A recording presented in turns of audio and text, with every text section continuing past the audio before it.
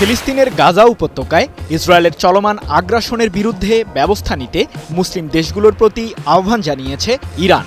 হামাসের সাথে যুদ্ধবিরতির মধ্যে গত 18 মার্চ থেকে আবারও গাজা জুড়ে সংঘাত শুরু করার ঘোষণা দেন ইসরায়েলের প্রধানমন্ত্রী বেনিয়ামিন নেতানিয়াহু। এরই মধ্যে নিহতের সংখ্যা 1000 পার হয়েছে।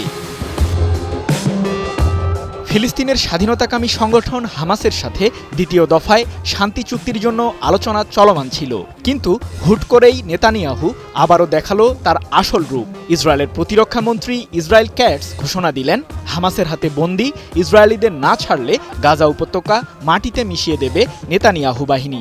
শুরু হয় ইসরায়েলের নতুন করে সামরিক অভিযান। দেশটির বিমান হামলা থেকে রেহাই পাচ্ছে না নারী ও শিশুরাও। এরই মধ্যে নিহতের সংখ্যা 1000 ছাড়িয়েছে বলে মধ্যপ্রাচ্য ভিত্তিক সংবাদ মাধ্যম তাসনিম নিউজ এজেন্সি জানিয়েছে।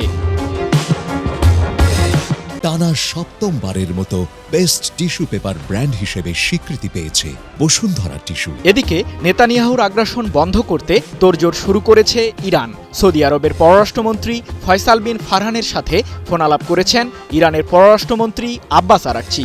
এ সময় আরাকচি নিরস্ত ফিলিস্তিনিদের প্রতি ইসরায়েলের হামলার নিন্দা জানিয়ে বলেন, নেতানিয়াহু যুদ্ধবিরতির শর্ত ভঙ্গ করেছে।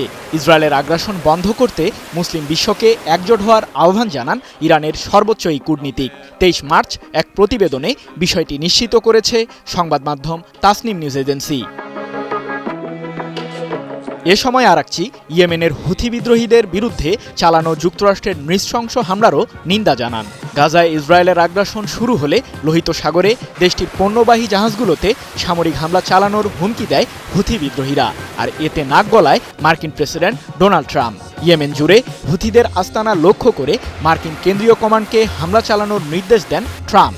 শুরু হয় যুক্তরাষ্ট্র বনাম হুথিদের সংঘাত।